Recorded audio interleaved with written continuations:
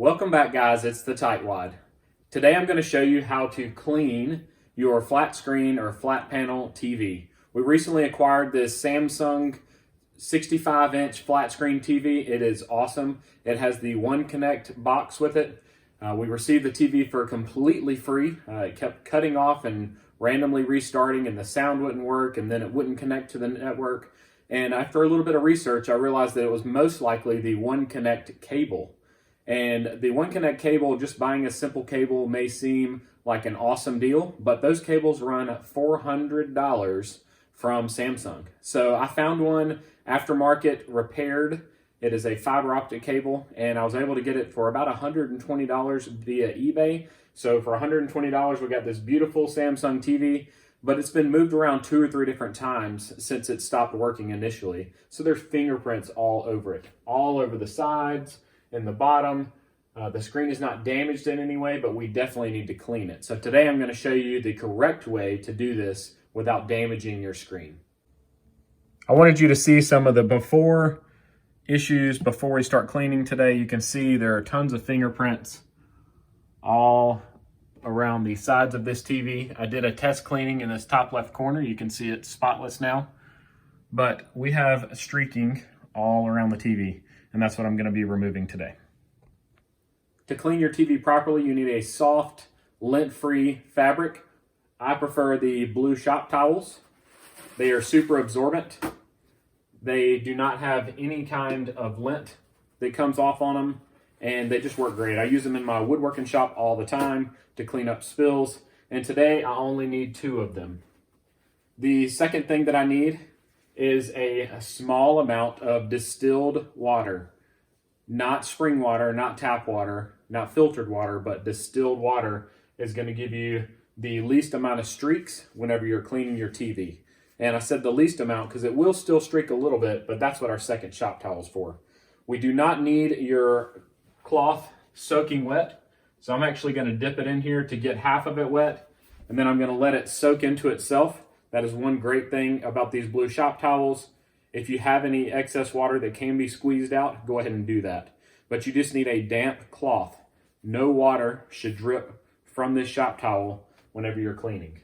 So I now have my damp cloth here, and I'm going to start in the top right-hand corner, and I'm just going to move back and forth. This is wiping up all the oils that come from your skin when you touch the device. I'm going to focus on the sides first. If you need to support the TV from the back, just put your hand behind it. You do not need to put any pressure on the screen because we know that pressure on the front of a flat screen TV damages the screen. So just lightly rub. And I'm going to do about a third or a fourth of the screen over here, making sure that all of these oily fingerprint marks are gone. I'm going to go ahead and flip my rag over and go over it one more time before I start the drying process or the buffing process.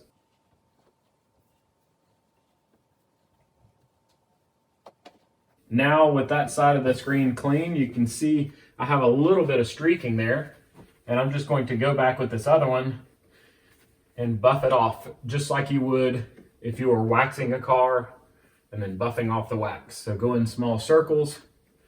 It should give you a nice streak-free, perfectly clean shine. I see a little spot down here I missed.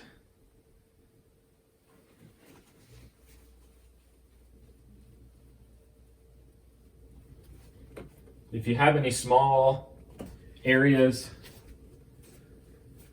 that still have some of the oil, this will take it off as well.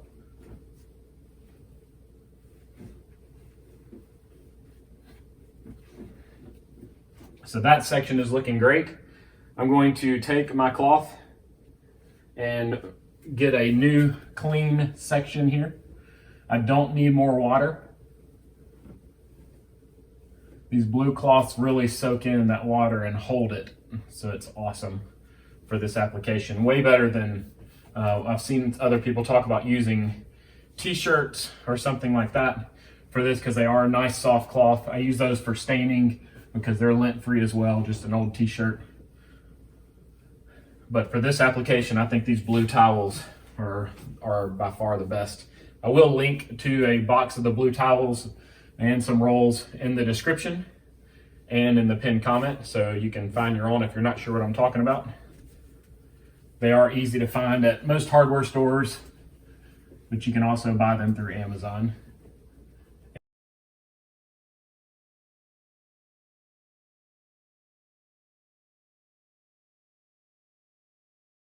Now I'm going to open my shop towel completely up and flip it the opposite direction and clean this last third.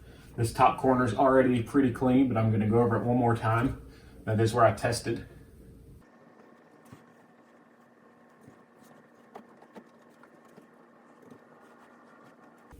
I am being careful not to touch the screen with my bare hand, because any touching now would cause more streaks. But if you're really worried about that, you can wear a nitrile glove, like a latex or nitrile glove, would definitely help. So last section here, buffing it off.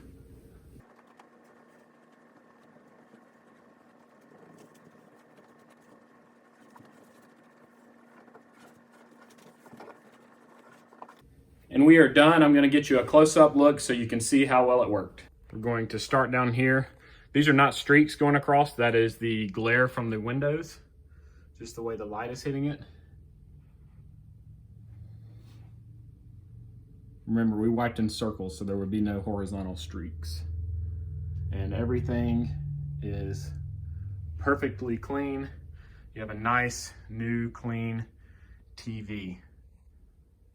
Be sure you do not use anything like rubbing alcohol or sanitizing wipes. I've seen people use the sanitizing wet napkins they give you at a restaurant.